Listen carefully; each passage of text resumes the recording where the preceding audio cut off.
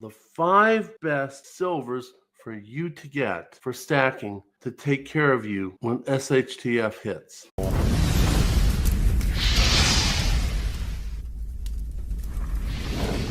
What's up, everyone? Tiger Stacker here. I work really hard at trying to teach every one of you, and I have a great time doing it. So if you will, please hit the thumbs up, give me a like, subscribe if you haven't already. It won't cost you anything. Leave a comment, and if you want, hit that bell notification so you can get notified of more awesome videos I make for all of you. So let's get right to it. This video is going to go in a very interesting direction. I hope you'll understand how it helps all of you. Silver is the better bartering material. Therefore, it's a good product to have. It's got more volatility right now. Some people think it's going to shoot the moon. It might not. But it is a good product to have. And because of its volatility, it gives us certain advantages if you take advantage of them. Also, this video will not be going into sovereign coins. Well, not exactly. You'll understand later. I got a video planned to discuss all of that. What is number 5? It is generic silver, bars and rounds. The most common one is the one I don't have right now, which is the buffalo. But they come in all different types, some with premiums, some without.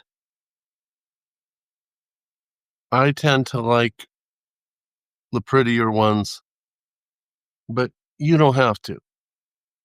We're going to be talking about what you got to do to pay for things when our fiat currency isn't worth anything, and our fiat and our CBDCs people don't trust, and or they've proven to be just as unreliable as the failed fiat. These generic rounds will buy you decent amount of stuff. Currently, retail-wise, they're about $33 to $35 an ounce. And that includes the total price, not just the spot price, which is manipulated. But that will buy you some decent food, groceries, etc. So what is number 4? 4 is 5-ounce bars. They will buy you more, possibly 5 times as much, and you can get them for a little less premium than even the most generic, least expensive 1-ounce coins, rounds, and bars. I personally like 5-ounce because if you have to have an exit strategy, I don't have to do as hard of work because I keep a spreadsheet, and every time I sell, I enter into that spreadsheet. So for every 1 bar, I have to sell 5 1-ounces. That's 5 times the amount of work.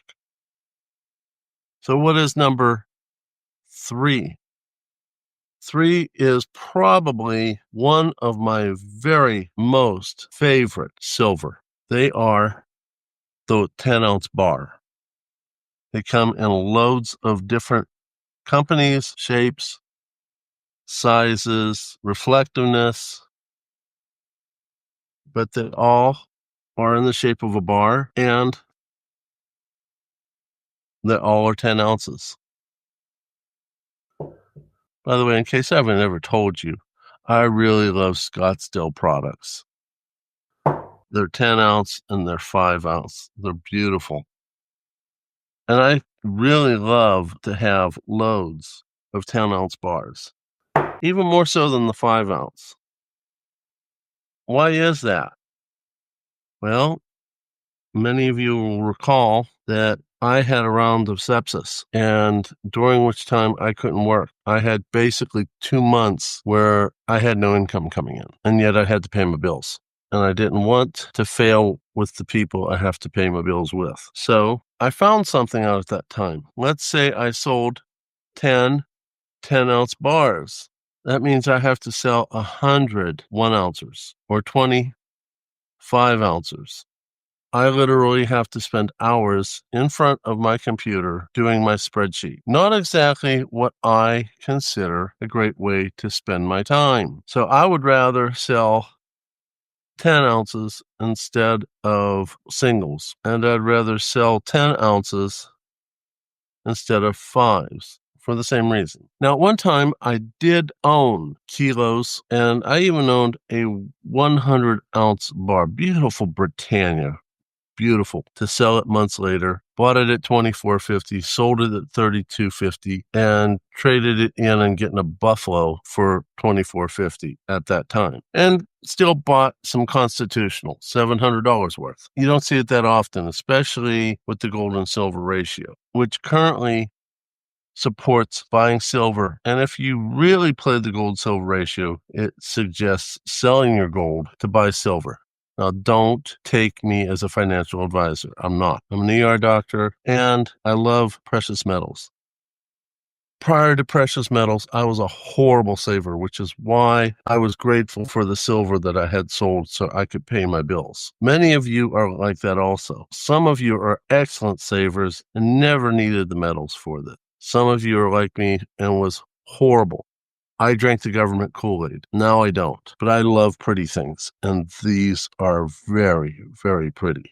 But while I'm still on the topic of 10-ounce bars, certain bars are going to be the ones I would sell first. The Scottsdale I won't sell as fast because I really find them very pretty. Certain 5 ounces I would sell instead of the Scottsdale. Same reason. But then there are some that just basically hold on to them because of extreme premiums, such as the Engelhard bars. Most places won't give you a good price. The best way for you to get a good price with these is to sell to someone direct. And like most people, I do love Engelhard vintage silver. But in addition to vintage silver, there are other higher premium 10-ounce bars. This one I got at not a bad price for a best car bar, but it's going to be a long time before retail price will get me to even Steven. So this is not my top of the line for wanting to sell. Likewise, there are the ones that I love very much. I am a Christian. I love God, Jesus, the Holy Spirit. So certain ones I consider even more collectible. So I try to make sure I don't get to a point where I have to sell these, but I will sell them if I have to. Family comes first.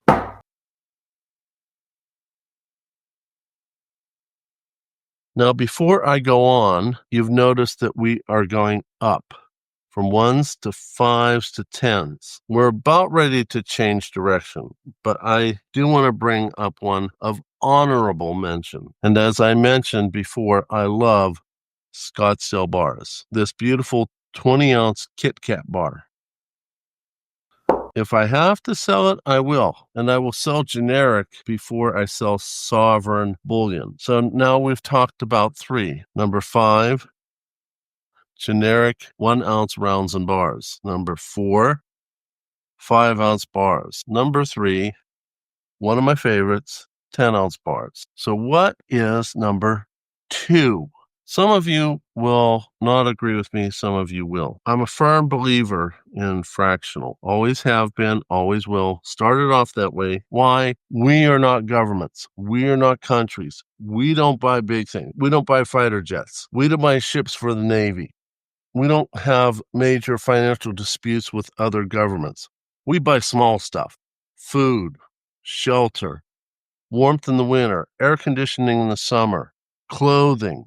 So what say you if you have a little one, a grandchild, a child, and that little one wants something, and all you got is this big stuff? In SHTF, you're not going to get change back. So I believe in 1/10 ounce silver. This right here from local Silver Mint in Ware, New Hampshire. They have done an awesome job. I prefer the rounds over their bars. The bars come in a barter bag. It's cumbersome.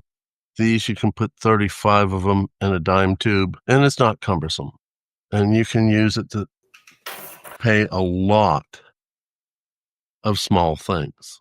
And you're going to find some people are going to say, I want to make sure that what you're giving me is silver. I want it to say silver. And these do. So then what is number 1? Number 1 is constitutional silver. And our Constitution, Article 1, Section 10 says no government will make anything but gold and silver coin for the payment of debt. And you're going to find out that I'm a firm believer in fractional even more than what you think. Some of the old silver dollars have bigger premiums, such as the first year of the peace dollar. But I also believe in 40%. Not as easy to find. You have to look for the little tiny S mark and make sure that there's no copper showing on the sides. This is a silver dollar, and the S doesn't mean silver, it means San Francisco. It's the only place that minted 40% silver Eisenhowers. But I also believe in going more fractional, including but not limited to half dollars, 90%. You can buy even smaller things with 90% half dollars. But guess what? You can buy even smaller things with 40% silver, made in 1965 through 1972, if memory serves me correct. Less silver, but it's still silver, ergo it's constitutional. Some people will argue that with me. The Constitution doesn't say what the percentage needs to be. Therefore, it's constitutional. But let's say you got to buy smaller. Your children, your grandchildren just want what they want because they're kids. You can always go to 90% quarters. Now, the Standing Liberty, these are decent quality because they've been protected.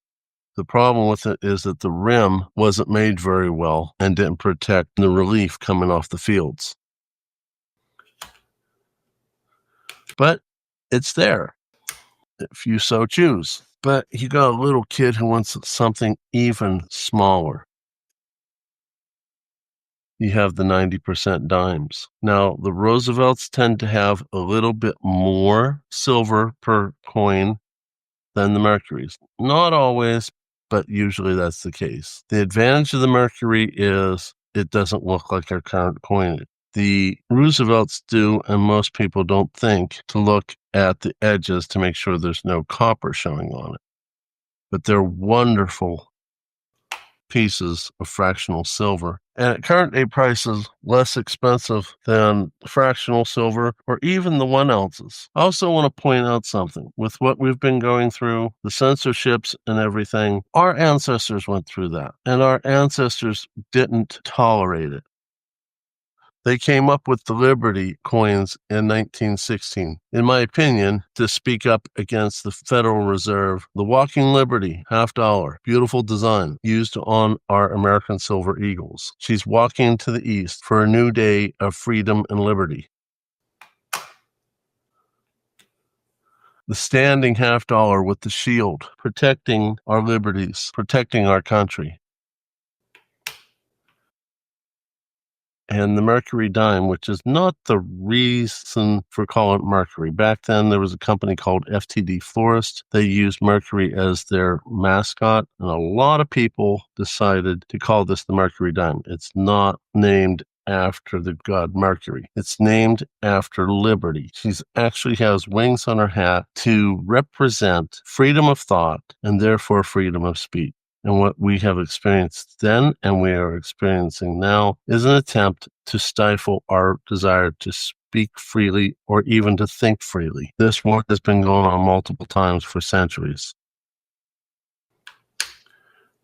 So, what is best silver in SHTF for buying small stuff? Some of you will agree with me. Many of you will disagree with me, but I'm not a dumb man. And watching how our country has been and learning since I joined YouTube and the stacking community, I've noticed a lot of patterns.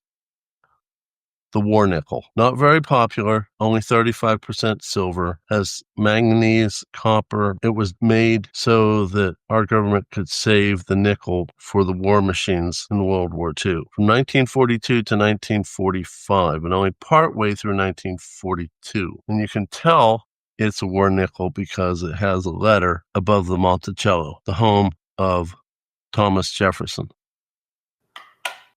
Our country came up with the nickel in the 1800s. It had no silver in it, and they never intend to have silver in it. But it did replace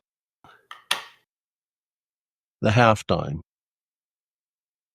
Even back then, our country was debasing our currency slowly but surely. An example of Gresham's law. So there you got it. See you all in the next one. Tiger Stacker is out.